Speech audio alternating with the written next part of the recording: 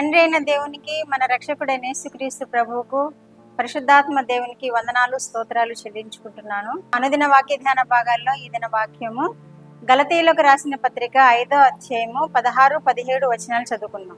నేను చెప్పున్నదేమనగా, ఆత్మానుసారంగా నడుచుకొనుడి, అప్పుడు మీరు శరీరేచ్ఛను నెరవేర్చరు. శరీరము ఆత్మకును, ఆత్మ శరీరమునకును విరోధముగా అపేక్షించును. ఇవి ఒకదానికొకటి వ్యతిరేకంగా ఉన్నవి కనుక మీరేవి నిశ్చయింతురో వాటిని చేయకుందురు. దేవుడి వాక్యం ద్వారా మనతో మాట్లాడును గాక. ఆమేన్. ప్రియమైన దేవుని బిడ్డలారా, ఇక్కడ వాక్యము అపోస్తలుడైన పౌలు గలతీయులకు తెలియచేస్తున్నాడు. నేను చెప్పినదేమనగా, ఆత్మానుసారముగా నడుచుకొనుడి, అప్పుడు మీరు శరీరేచ్ఛను నెరవేర్చరు. మన హృదయంలో దేవుని మనసును ఆనుకొని మనం జీవించినప్పుడు మనము శరీరేచ్ఛను నెరవేర్చం, ఆత్మానుసారంగా నడుచుకుంటాం. ఆత్మానుసారంగా నడుచుకుని శరీరేచ్ఛను నెరవేర్చకుండా ఉంటాము. ఇప్పుడంటే దేవుని మీద మన మనసు ఆనుకున్నప్పుడు మనం శరీర కార్యాలకు లోను కాకుండా ఉంటాం, ఆత్మానుసారంగానే నడుచుకుంటాము.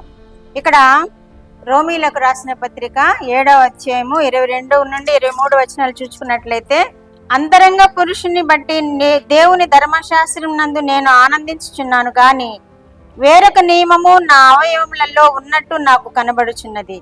అది నా మనస్సునందున్న ధర్మశాస్త్రముతో పోరాడుచు నా అవయవములలోనున్న పాప నియమమునకు నన్ను చెరపట్టి లోబరుచుకొనుచున్నది. ప్రియమైన దేవుని బిడ్డలారా, అపోస్తలుడైన పౌలు తెలియచేస్తున్నాడు ఈ మాటలు.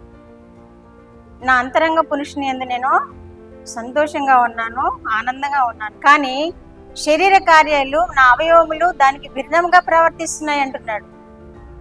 మన శరీర అవయవములు లోకానుసారంగా నడుచుకుంటాయి, మన అంతరంగము దేవుని మీద ఆనుకొని దేవుణ్ణి ధ్యానిస్తూ దేవుణ్ణి మహిమపరుస్తూ ఉంటుంది. కానీ మన అవయవములు శరీర కార్యాలను లోన్ చేస్తూ మనల్ని పాపానికి గురి చేస్తూ ఉంటాయి. అపోస్తలుడైన పౌలు అంటున్నాడు, ఆయనే ఇలా మాట్లాడుతున్నాడంటే మనం ఎంత, మన భక్తి ఎంత, మన నీతి ఎంత, మన విశ్వాసం ఎంత ఒక్కసారి మనం గమనించుకున్నట్లయితే, మన విశ్వాసం మనం ఎంతగా బలముగా దేవుణ్ణి పట్టుకొని జీవించాలో, ఎంతగా దేవునిలో జీవించాలో మనము ఈ వాక్యాల ద్వారా తెలుసుకోగలుగుతున్నాం. ఆత్మానుసారంగా నడుచుకుంటున్నామా లేదా అని మనం గమనించుకోవాలి. శరీరేచ్ఛలను నెరవేరుస్తున్నామా అని మనం ఆలోచన చేసుకోవాలి. శరీరము ఆత్మకును, ఆత్మ శరీరమునకు విరోధముగా నడుచుకుంటున్నాయట. చూసారా ఎంత భయంకరమైన పరిస్థితులు. అందుకని పాపంలో ఇట్టే జారిపోతూ ఉంటారు. విశ్వాసులైన వారు, రక్షింపబడిన వారు, దేవునిలో ఎదుగుతున్న వారు కూడా ఈ నియమమును బట్టే ఊరికే జారిపోతూ ఉంటారు. ఎందుకని? ఆత్మ శరీరమునకు విరోధముగా, శరీరము ఆత్మకు విరోధముగా నడుచుకుంటున్నాయి. ఎప్పుడైతే మనం శరీర కార్యాలను జయించగలుగుతామో అప్పుడు ఆత్మలో మనము దేవుని యందు ఆనందించగలుగుతూ ఉంటాం. ఎప్పుడైతే శరీర కార్యాలకు లోబడిపోతూ ఉంటామో సాతాను మన శరీర అవయవాలను ప్రేరేపిస్తూ ఉంటుంది, ఈ పాపం చెయ్యి, ఆ పాపం చెయ్యని. అప్పుడు మనం లోబడిపోయామనుకోండి, మన ఆత్మ కల్మషం అవుతుంది, మన ఆత్మ దుఃఖిస్తుంది, దేవుని ఆత్మ మనలో ఉండి దుఃఖిస్తుంది. కాబట్టి మనం ఏం చేయాలన్నమాట? అపోస్తలుడైన పౌలు దీనిని ఎలా జయించగలిగాడంట? వాక్యంలో చూద్దాము. 8వ అధ్యాయం 1వ వచనంలో, కాబట్టి ఇప్పుడు క్రీస్తు యేసునందున్న వారికి ఏ శిక్ష విధియు లేదు. క్రీస్తు యేసునందు జీవమునిచ్చు ఆత్మ యొక్క నియమము పాప మరణముల నియమము నుండి నన్ను విడిపించెను. క్రీస్తు యేసునందు జీవమునిచ్చు ఆత్మ యొక్క నియమము, క్రీస్తు యేసునందు జీవమిచ్చు ఆత్మ యొక్క నియమము ఈయన ఏం చేసిందట? పాప మరణముల నుండి విడిపించిందట.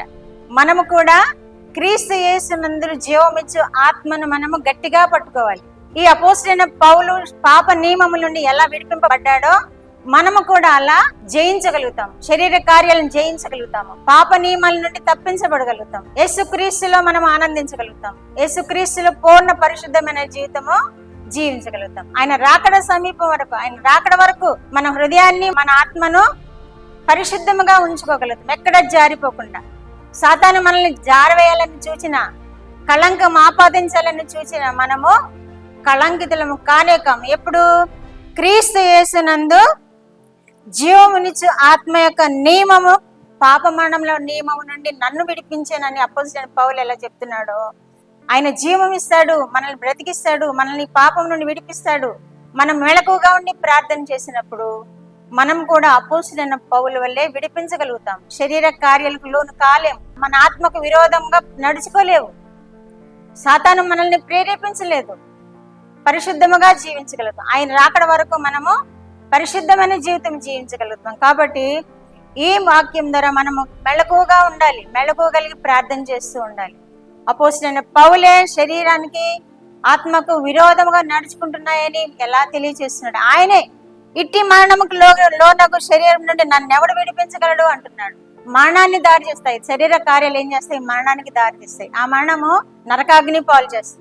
ఇట్టి కార్యాల నుండి నన్ను ఎవడు విడిపిస్తాడు అంటున్నారు. ఎవరు విడిపించారు అంటున్నారు? క్రీస్తు యేసు ఆయనను విడిపించారు అంటున్నారు. కాబట్టి మనము కూడా క్రీస్తును అనుసరిద్దాము, క్రీస్తును హృదయంలో ధ్యానించుకుందాము, క్రీస్తు యొక్క వాక్యం ద్వారా మనం బలపరచబడదాము, శరీర కార్యాలు నెరవేర్చకుండా ఉందాము. ఇట్టి కృప విని వారందరికీ దయచేయును గాక. ఆమేన్. ప్రార్థన చేసుకుందాం. మా దేవా, మా ప్రియ పరలోక ప్రభువా, మీ పరిశుద్ధ పాదములకు వందనాలు, స్తోత్రాలు.